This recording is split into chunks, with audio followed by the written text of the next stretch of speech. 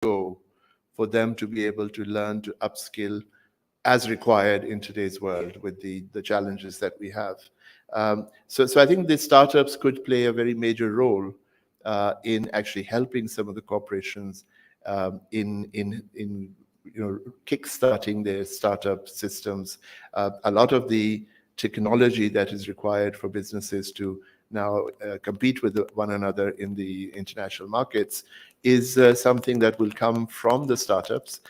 Again, my experience so far is there's resistance because the corporation, because it's made good profits over the years, it's been successful.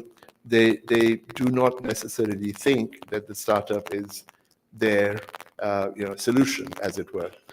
Whereas, and then they will say, well, if they can do it, we'll do it too. And often that's where the failure occurs, because they do not have the skill sets and they're not upskilled as required to be able to deliver what needs to be there in the marketplace. And I think it's therefore a very useful thing for startups to be involved with big corporations and to help solve some of the technology challenges that they're facing at the moment. Yeah. Was there another part of the question? The other question was specific funding models that you've seen work to fund upskilling initiatives. So within the startup community, obviously, the funding models are mixed. A lot of the incubation centers in Pakistan today are funded through a public-private partnership with the government, the Ministry of IT and Telecom, and the Ignite Technology Fund. And that helps a lot of these startups to give them the basic skills that they need to get to the next stage. When you talk about corporations, then I raised the point earlier. My own experience is, again, just watching and talking to a lot of people, is that number. Zenford put out a very impressive percentage, but in general, we find that number is very low.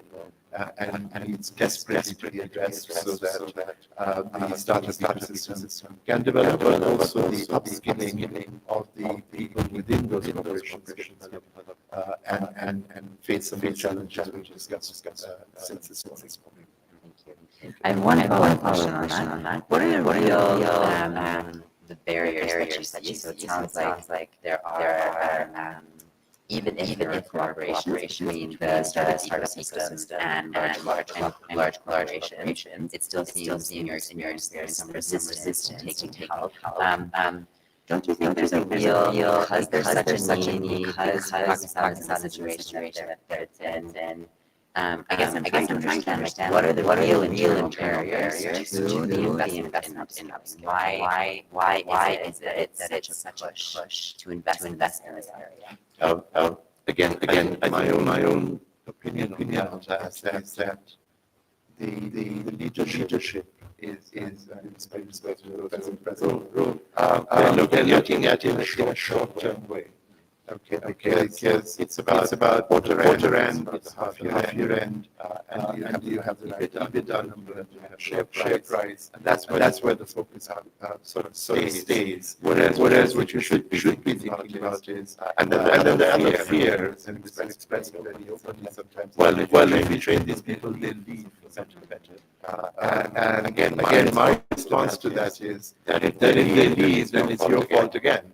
You've not invested in your own operation to keep them attracted and with you. So for me, training and development and upskilling within corporations is something that is disappointingly missing at the moment, and it's something that I would love to see increase over the next couple of years, with a longer-term view of those corporations thinking that the same people in 3 to 5 years' time will have become much better leaders, much better skilled, in their own particular fields, and they will therefore contribute that much more to the growth of the organization in the future. That's kind of my blunt opinion on it. Thank you. Thank you. Yes, please. My other side of not training people is that what if you don't train and they stay? Then you are really stuck with dead work. So really train and let them go. It's fine as well.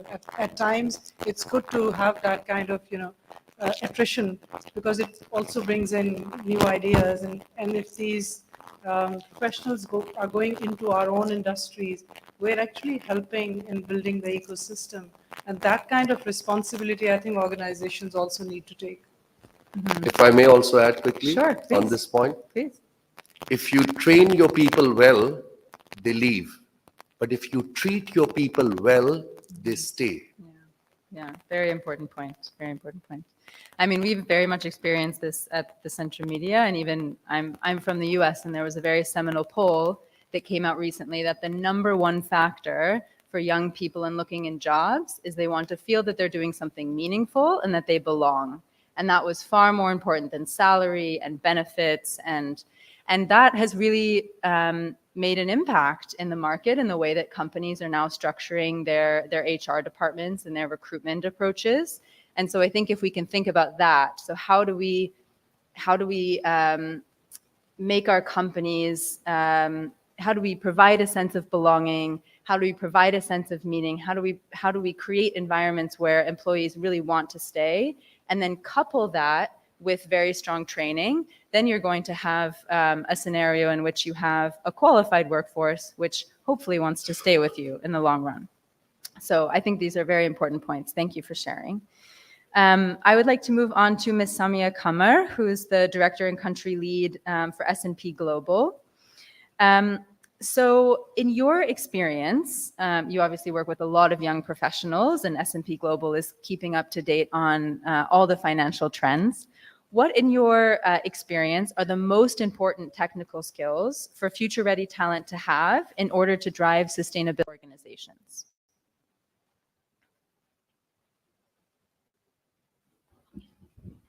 Assalamu alaikum, everyone. Good afternoon. Pleasure to be here.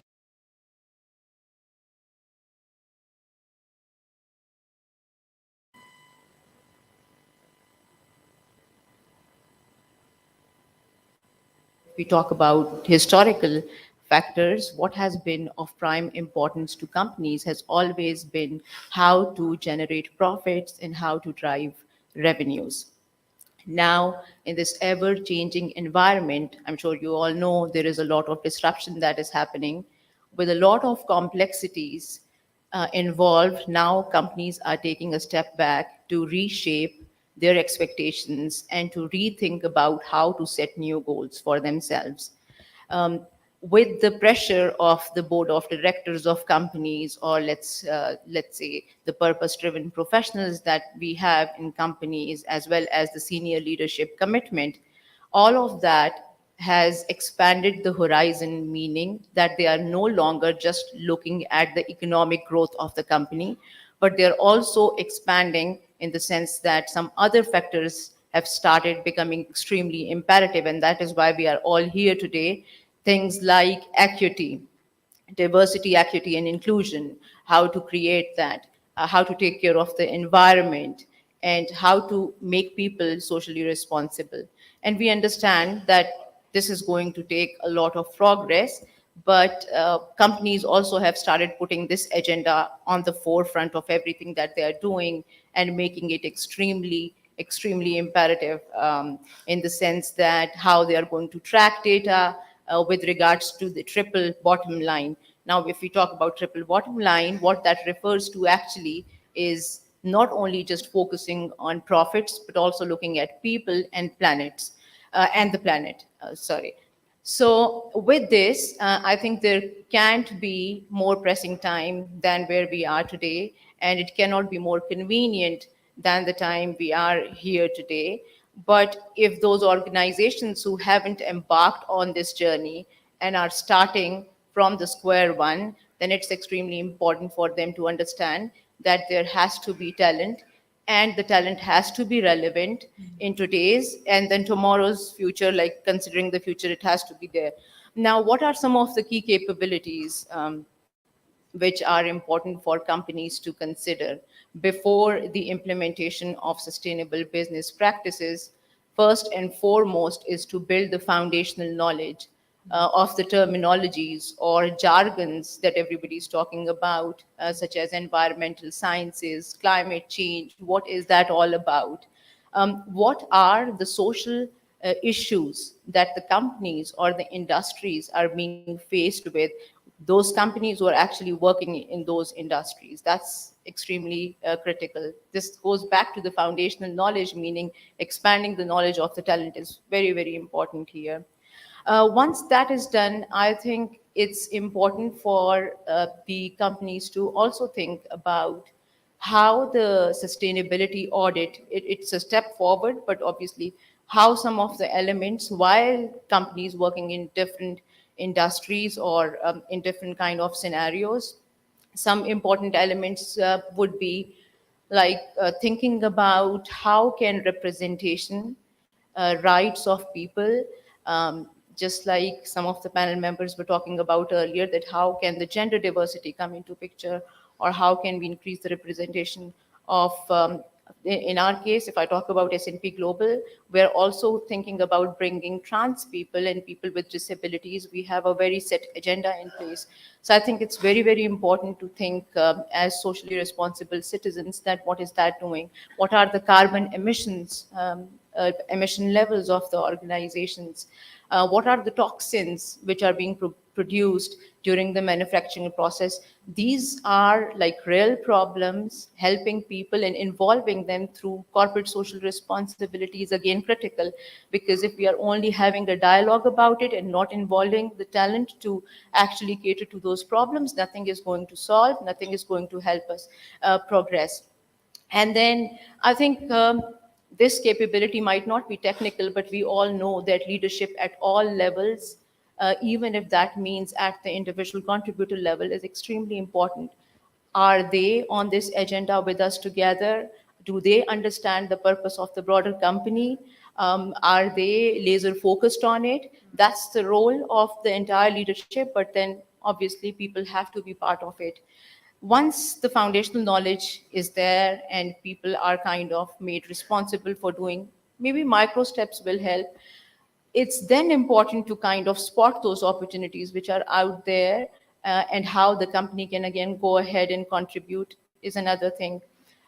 Some other quite technical or foundational skill set would be understanding the data, slicing and dicing, interpreting the data. Where are we in terms of the ESG goals? Is it on the balanced scorecard of the company or not? So again, the entire talent has to be there. And then lastly, I'll say effective communication at all levels is also critical in nature. If we all have to be on this together and embark on this journey together as socially responsible citizens.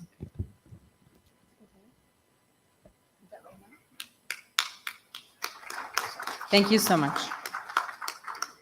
Very important. So I've just been informed we have just a few minutes left.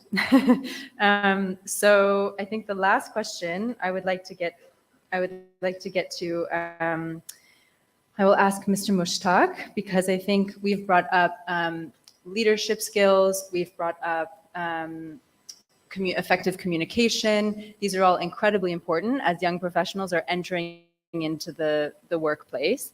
And so as someone closely involved in universities, how are these skills being developed at a university level? And what does that training look like? Leadership skills.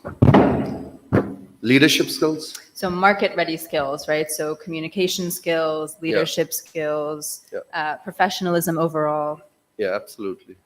So I always say, for any institution, academic or corporate, the real purpose of leadership and leaders is to enable and is to sponsor new leaders.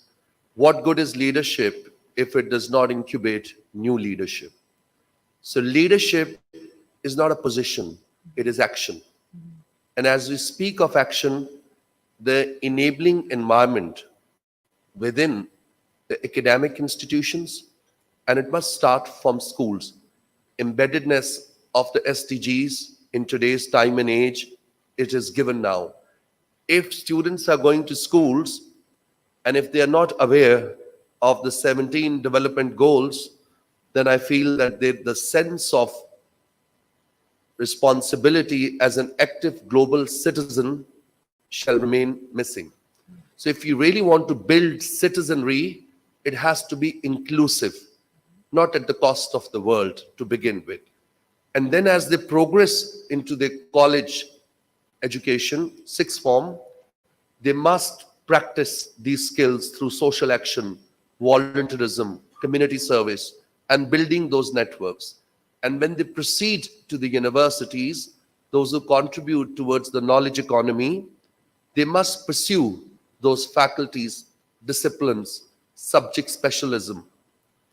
And then within the corporates, institutes, policy, practice, environment, and the global committee of nation, I do feel that practicing leadership as an active social and citizen responsibility that's where the true change will come within.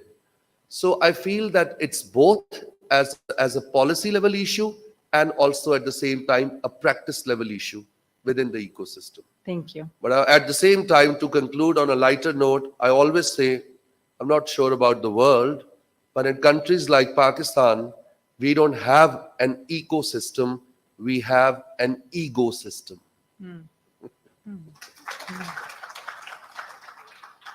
All right. Thank you very much, panelists. So now I would like to turn to the audience and invite some questions from all of you. So please. You must have questions. This is a very important topic.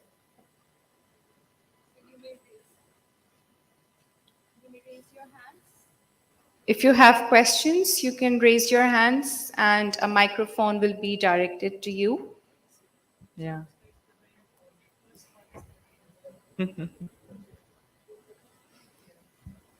You raise your hand first, please, Okay. in the white shirt. So if you may share your name briefly and the organization you're from, and then you may direct your question to any of the panelists. Yes, Thank thank you. My name is Salman Tahir, and I represent the printing and packaging industry of Pakistan, one of the leading printing companies in Pakistan. And my question would be to Sir Mushtaq. Children are studying in the root school system, and I often, I can easily afford 1 or 2 cars, send in my children daily. And since we are talking about the climate change a lot, and it comes to my mind, why daily 2-3 drivers come and go, pick the children separately at different times. Why don't we have a bus system? And have you ever tried yourself talking to government people that there should be a bus system? Because if 2-3 different cars come and go, there's carbon emission, and at the same time it comes to my mind that a lot of carbon emission is through cars, and it's better to have one bus. Very briefly. Okay, quickly. How many children do you have? Mashallah, 4. 4. So first advice is that you should promote towards the sustainability of the country, plan lesser children. Okay. For those who are not married. 4 is too much. Our parents had it. So China's population has actually started going down. Secondly, of course, all green initiatives, they take time. I must say 3 years ago, when people like us, we said to the parental community that schools and houses need to have solar. People laughed, but alhamdulillah, today solarization is a way of life. When we talked about electric cars, people laughed. When I bought my electric car, my wife said, what good is this car? It cannot take me to Hyderabad, where she comes from. But now people are looking for it. So we were taught in school, money does not grow on trees. But today I teach your children that beta, money does grow on trees. Why? The more trees you plant, the more carbon credits that you get. So schools, as phase 1, I have solarized 2/3 of the schools where your children are going. Phase 2 is not government. We don't ask government for help. We just ask them to do not come in what we are trying to deliver. So the thing is carpooling, all these apps, ride-hailing apps, carpooling, and sustainable solutions, because we do not have a mass transit system and we do not have a good, a student bus service system. Eventually, schools like us, once we have access to solar vehicles, we have to procure those sustainable logistical methods, and we have to make sure that we provide those services as well. We do not provide bus services just mainly because of the reasons of security, sustainability, and its impact on fuel costs. Thank you. Thank you. Yes, Talha Ahad. Hi everyone, my name is Talha and I'm the founder of TCM. I have a very sort of a brief question about, we all are talking about upskilling and the youngsters and everything. So outside Pakistan, generally in the Western world, we see that whenever you graduate or generally online, there are a lot of online courses. So whatever you don't learn in the university, in the class, you just go, get $20, $30, a lot of YouTube, stuff. But in Pakistan, I see a lot of youngsters here, and let's say if they wanted to learn these skills, unfortunately, I don't see any sort of a digital platform, not just a platform, any hyper localized sort of a content area where you just go and learn those skills. Because a lot of times what we do is, if you want to learn about business, we just go and watch Elon Musk videos, and if you want to learn any other thing, all of the professionals we see are YouTubers, and a lot of time there is no context of our country in that. So how do you see, or what can organizations do to make hyper localized educational content for your organization? What we are talking about, you need to come to the organization and then we train the employees. So what do you think of that? Thank you. Do you want to direct your question to a specific panelist? Maybe, Alia. Alia, please. Very much, and it's a real concern because the content is generated through a particular quality check also. So again, we go back to the same challenge of having the capacity to create content which is worthy of it. Now, within organizations, you do have it. The challenge again is that we don't have, for example, within each industry, regulators who would actually look at the HR component of your work. So for example, within banking industry, we have State Bank. In the telecom, we have PTA. But all these platforms are not being utilized to actually bring in all the knowledge, create e-libraries. HEC is doing a lot of work on that, and they have obviously contacts with Coursera, but that's again something which is not local. A lot of work is being done in various components like NIBAF, and they are working on case studies, which are actually generated from within Pakistan. Now, how we actually connect all that requires transformative policy coming from the private and the public sector and jointly. Now, that is the bridge that we need to cross. It is doable, and yet I think a lot of the larger organizations who are already working on these need to come together and try and create some kind of networks where this can be sort of propagated, and then it can go forward as well. Thank you. Now, if I may. Yeah, 100 years ago, we heard from Harvard and Cambridge that in 2021, 2000, this century, technology shall replace the teacher and many other functions, a firefighter, a doctor. It's been 100 years. Technology has not replaced the teacher. The teachers, those who do not use technology, have been replaced by those who do use technology. The problem with these MOOCs and Coursera's is that the validation from the industry is missing. In terms on your digital social platforms, your skill stars and skills matrix is getting higher. But when you actually go for employability, the same very corporate and industry does not recognize and validate these online courses. They still have these SATs, GMATs, and their own entry regimes. So the system is flawed. The same universities, those who promote online education, do not award an entry, what to talk about employability to these students. Samir. Brief question. Samir, did you want to address that as well?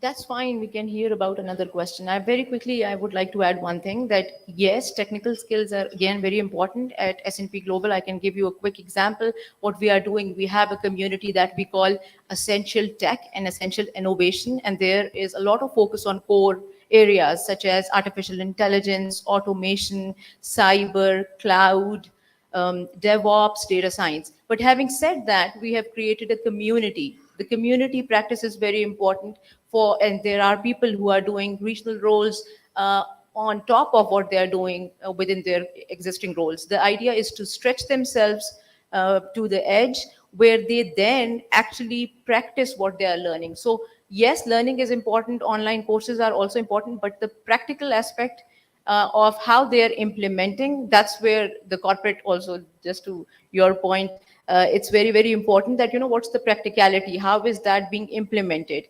And that's where I think, and this is only my opinion at this stage, that working in one industry with same set of people also makes people kind of, irrelevant. It's important to look for different ways, what is out there, how to be more relevant.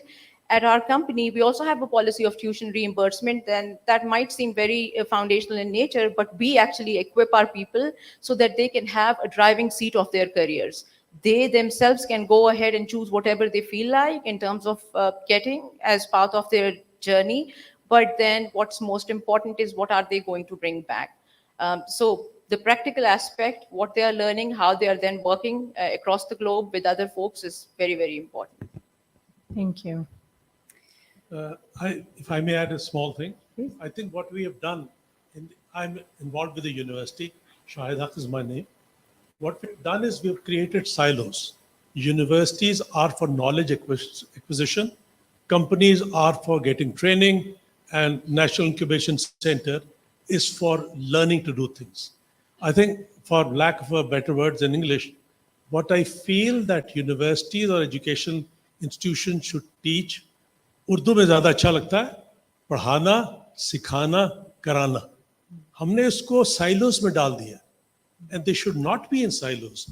Good universities, good institutions, especially in Europe, they do all that. They teach you, they tell you how you can do it, and then they make you practice before you graduate. So the market gets skill-ready professionals. So Prahana, Sikhana, Karana is a slogan I try to promote, not with much success, I must say. Thank you. Yes, please. Gee, The gentleman. Yeah, thank Yeah. you very much. yeah, it's not really a question. It's kind of a question and an observation. And it's going to these captains of industry here who would probably be best versed in what the possible solutions are for these problems that we see in Pakistan. Number one, I'll start with, there is a lack of mentoring, a lack of attitude for coaching for success. Now, how does that relate in an operational, organizational capacity? There's no doctrine of how we work together. Therefore, there's no synergy. There is a lack of cohesiveness within the organization. Then there is also, excuse me for saying it in Urdu, but there's a concept known as khana puri, which is where you fill in the blanks and you just tick the boxes and, oh, you've done your job. And that is a major obstacle to human creativity. And that can be best assessed through key deliverables. Through key deliverables comes the competence, and that operational competence cannot happen without practice. So in terms of an organizational culture, all organizations do need to invest in their people, and that is called the leap of faith. And until organizations don't see the value in that, there's a vicious cycle. Why should I invest in my people? They don't deliver any value. So, I mean, what would be the remedy to this issue?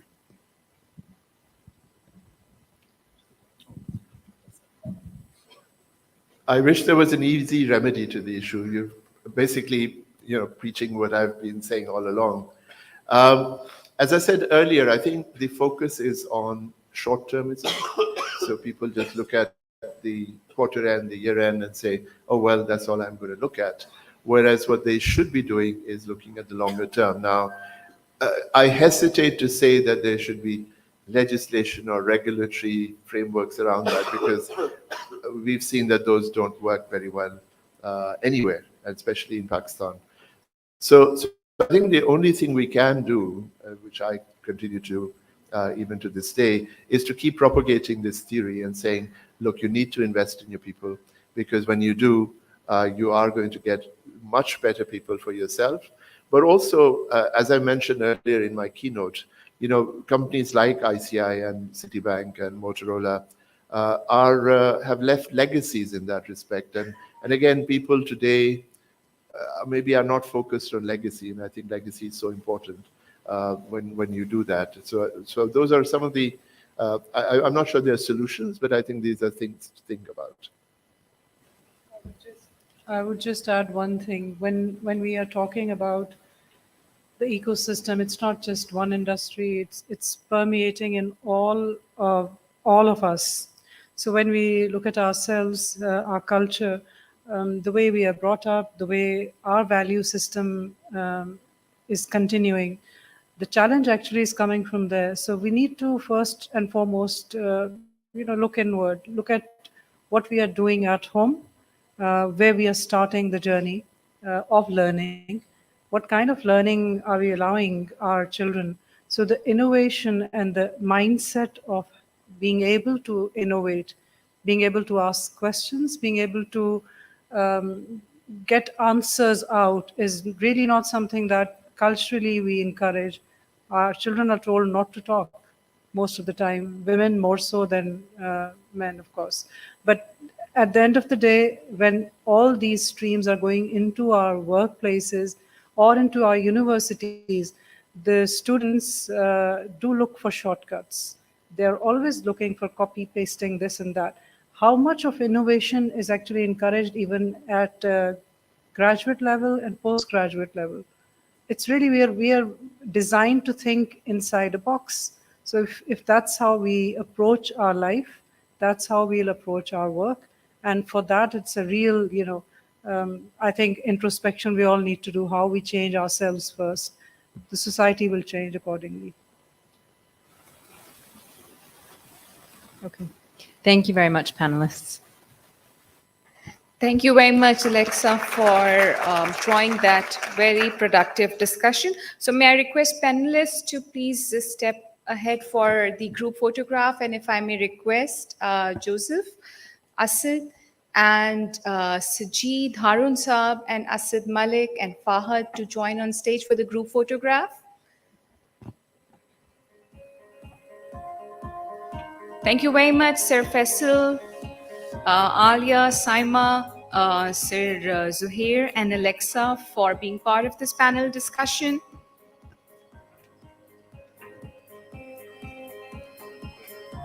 Audience, you would have opportunity to network with all of our panelists during the lunch time. We're just about there. Yeah, please join.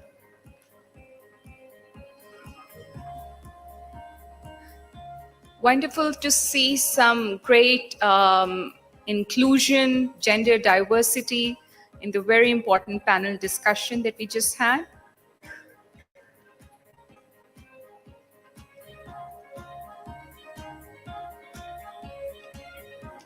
Thank you very much, panelists. And if I can request Sajid, Asad, and Joseph to stay on stage for the memento distribution. I'll request panelists to receive the mementos one by one, please. So,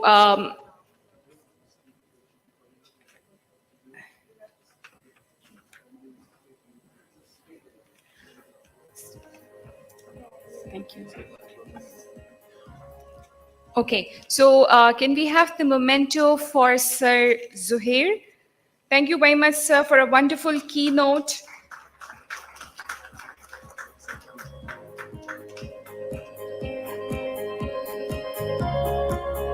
Round of applause is going to be very much appreciated, guys. Next, can we have the memento for our wonderful moderator, Alexa Greenwald from the Centrum Media.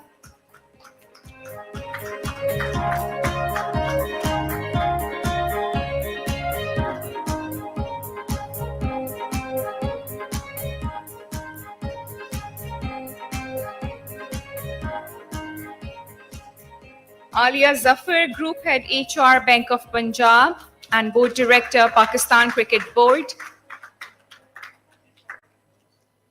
Thank you very much, Alia, for being part of the panel discussion. Sir Faisal Mushtaq, CEO, the Millennium Universal College, our platinum partners for today as well. Thank you, Sir Faisal. Some lovely points shared by you.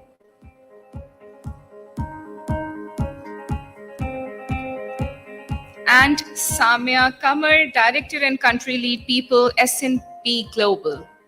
Thank you very much, Samia, for those wonderful points you made.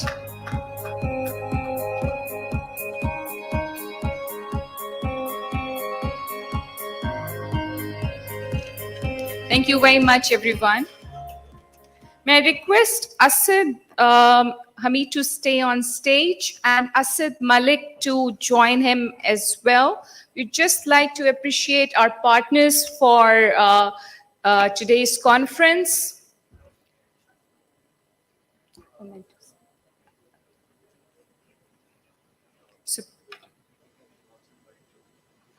Okay, so Joseph, may I request your presence once again, please? We may not have all our partners in the hall today, but I would still take their names to appreciate their commitment to the vision of ACCA today.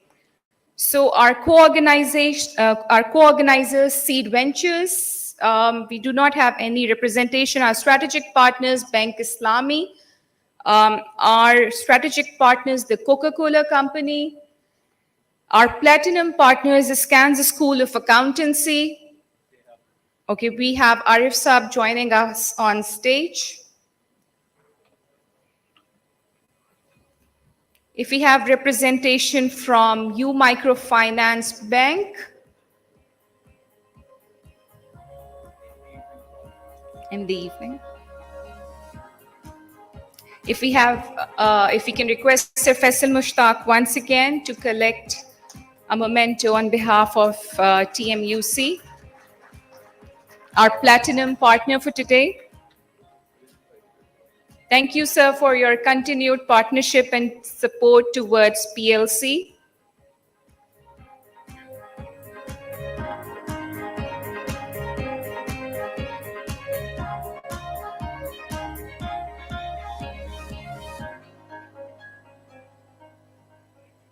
Our gold partners, Adroit Accountics, Obox Accounting. Any representation from PAC Group of Colleges? We have representation from PAC. No. Okay, so Mirchawala has also been our gold partner. NCCPL, if we have anybody from National Clearing Company. The Barneys, Telenor Global Shared Services. Thank you. So some of our partners are actually from other regions as well, but you'd still take their names to appreciate their efforts. Representation from National Disaster Risk Management Funds. Do we have representation from NDRMF? Wonderful.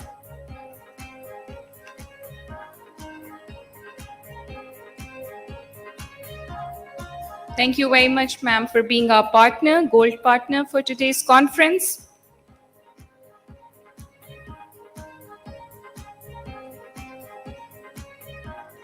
Also, I'd like to thank Pakistan Business Council, Pakistan Stock Exchange, Special Technology Zones Authority, PASHA, KP Board of Investment and Trade, the Center of Excellence in Responsible Business, ICMA Pakistan, National Incubation Center, Universal Service Fund, Punjab Board of Investment and Trade, Punjab Information Technology Board, Central Power Purchasing.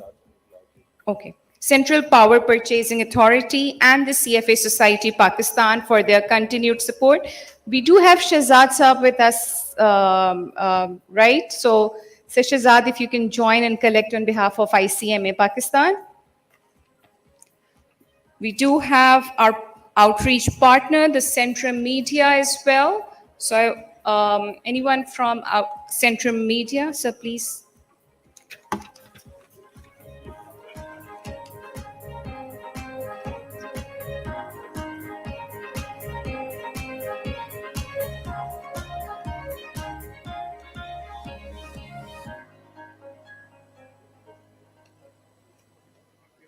Thank you.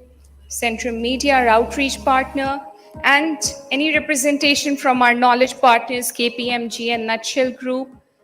Thank you very much for being part of this event. So ladies and gentlemen, thank you very much, Joseph, Asad, and Asad, for your presence on stage. So we've finally come to an end of this first out of the 3 series of Pakistan leadership conversations. I'm certain that everyone is satisfied with the learnings gained from today's discussions. And before I close this session, I would like to invite Asad Malik, Head of Business Development North, to deliver the closing address. Thank you all for joining today. See you next year. Thank you very much, Javeria. So can we give a huge round of applause for Javeria? Did a wonderful job today. So I would like to start by thanking our partners for this event, for their kind support in making this event the best format today, bringing to all of us, followed by Karachi and Lahore. So thanks to all the partners, Strategic, Platinum, Gold, our co-organizer, and also our supporting partners as well. So further going on, to start with, just a few years back when we conceived this idea of Pakistan leadership conversation. So I remember in the leadership of Sajid mentioning this, that it's very important that you visualize first that how the future looks like. So we intended to create a forum which brings together all the important thought leadership of the state under one roof, so we can bring on the pulse of Pakistan, that what are the actual challenges, what is going to be the roadmap, and how the resolve looks like. So here we are today. और मुझे यहाँ पर sir की एक बात बड़ी अच्छी लगी. सर ने कहा कि इवेंट्स होते हैं ऐसे बहुत सारे, और एक खाना पूरी वाला एलिमेंट भी होता है. And I asked this question to myself as well, कि is it what we are doing is for the sake of doing, या at the end of the day ये कहीं पर converge होकर as a force of a public good translate भी हो रहा है. But I have realized जो sense of realization है when we pitch this idea to our partners to come on board with us, and you know they put in their time, they invest money, and they come on board with us. And the idea is the sense of realization to keep the Pakistan as a nation on our toes. So great discussions like National Adaptation Plan, the climate action. So if you go a few years back, there was no such realization. So I saw a professional from some organization here today was wearing a lapel pin of UN SDGs, different colors. You know, so it was not there before.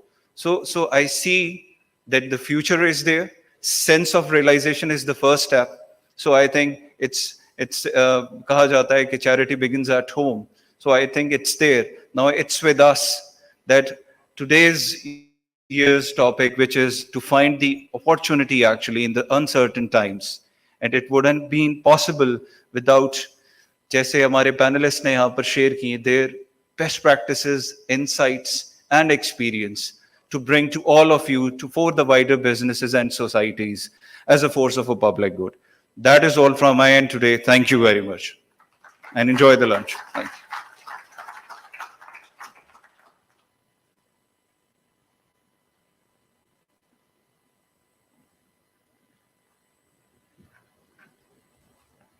Doesn't seem like anyone is hungry yet. So lunch is served. Please join us in the foyer area, please. Thank you very much for being part of this event. Thank you very much, Joseph, for speaking to our audience, and I hope they get to interact with you a lot more and with other panelists as well, a lot more during the lunch session. Thank you.